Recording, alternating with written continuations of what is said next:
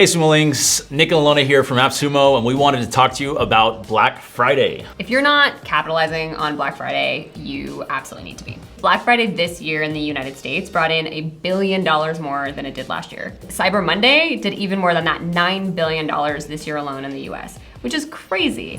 AppSumo loves Black Friday. Yes, we do. And so Nick and I have been talking about what are the biggest lessons that we take away every year that we want to share with you. So here are our top 5 biggest mistakes that businesses make during Black Friday, and here's how you can avoid them. So I think the first one, not starting early enough. Yeah, agreed. From just like the team perspective, you need to start thinking about Black Friday more like summertime, right? So we started this year in July. I think last year it was September, and every year we're learning like, we need to be doing like a month this earlier and earlier because there's a lot of planning that needs to happen, and a lot of things will go wrong that you don't anticipate.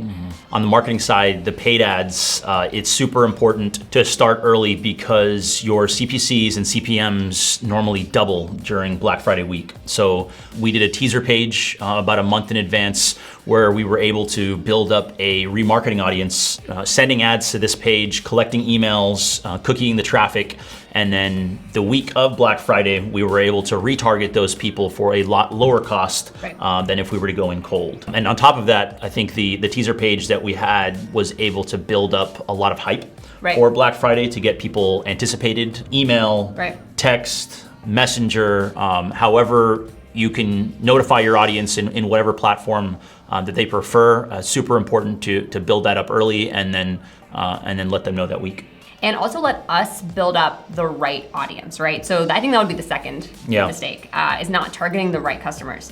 Black Friday is a great time for you to be messaging to the people that are most excited to hear from you. And as you have all seen in your email inbox, you're gonna get a lot of emails. So making sure that brands prioritize the people that they know are gonna be the right leads for them is super critical to having success. Everybody is competing for the same amount of impressions, and pre-qualifying leads beforehand, making sure that you almost have your own Black Friday audience to talk to versus trying to compete for someone else's. We also did a pretty big Facebook Messenger campaign as another form of communication to let people know that week. And I think our most successful one was our affiliate, right? One of our most successful measures this year was beefing up our affiliate program, right? So having people with audiences that are already pre-qualified on their end for our brand. We were prepping our affiliate audiences, letting them know about the sales, giving them the resources for all of the deals that we were releasing, and making sure that they had everything that they need to be successful as well. Because just like we have our own remarketing audiences and emails, they have their own lists, they're doing their own marketing. So if they feel prepared and they feel that they can earn a lot of commissions that week, then they're gonna prepare in advance just like we did. The third point I would say is probably around Cyber Monday. Maybe placing too much emphasis on Black Friday. Digital brands like us, I think even in-store brick and mortar brands, Cyber Monday is a buying event for everybody. I will say though, I think I think we made that mistake this year. We didn't have a plan for Cyber Monday by itself, right? So we thought Black Friday is the season, and it's historically always been our season. You know, times are changing, and Cyber Monday is kind of surpassing Black Friday as the digital shopping holiday. So it's important to think through that as one big event with 2 pushes, as opposed to just focusing on one or the other. I will say though that few of the brands that I bought from on Black Friday had better Cyber Monday deals. And I think that we can all agree that's kind of a salty shopping experience. You don't want to upset those customers. Yeah, it's a bad experience. I'm not going to mention which brands, but I felt personally victimized by a few of the brands this year.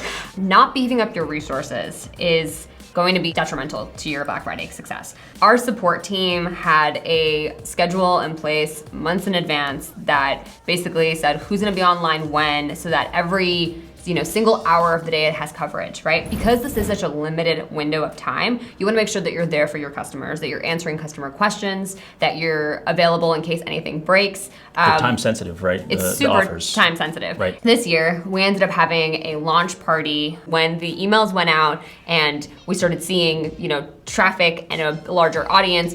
If anything were to go wrong, let's say the site had a 500 error, or let's say there was something, one of the buttons wasn't working, things that happen, right? That like no matter how hard you plan for, small things will happen. Having all of the relevant parties that can fix that problem, quickly. They're at the same time. Where it really made a huge difference for us. Yeah, absolutely. I think, like we mentioned earlier about ramping up your traffic, ours is almost 3 or 4x a normal week. That has certain repercussions on your site load times, your server ramp up. So you can't just go into the week with the same amount of resources and expect it to be successful. 100%. And test those things beforehand, right? Yeah, so we found that, we have X threshold on our site. So we needed to stagger our email sends to make sure that we weren't, reaching or surpassing that threshold so that the site operated and functioned smoothly, which then alleviates pressure from the support team and from all of us who are trying to scramble. Which kind of leads into the 5th point is lack of communication. This week is especially difficult for some e-commerce brands because not only is it the busiest week of the year, but it is a week that normally everybody in the office is out. Different time zones, different countries, and you're trying to execute all of this stuff at the same time. When you're trying to eat some turkey, you're trying to watch some football, something like that. So very important beforehand, just like ramping up resources, to have dedicated Slack channels like we did this year. Yeah, we had a Black Friday Slack channel, and any update that was being made on the site, be it, we want to turn on a banner, right? Something as simple as that. An @channel message was being sent so that everybody who's involved is aware of what's going on the site and can jump in and fix it, or jump in and help out if anything needs helping. If you have your Black Friday tips or things that went monstrously wrong that you want to share with us, or right, share them with us in the comments. We want to hear from you. Make sure to save this video to your watch later playlists so you can save it for next year's Black Friday. Thanks. See you later. Bye. What's up, Sumo-lings? Today we're gonna talk about Black Friday, which is the biggest day of the year. You know what, Ilona, that was a great point. Get them ready for things like, I lost it.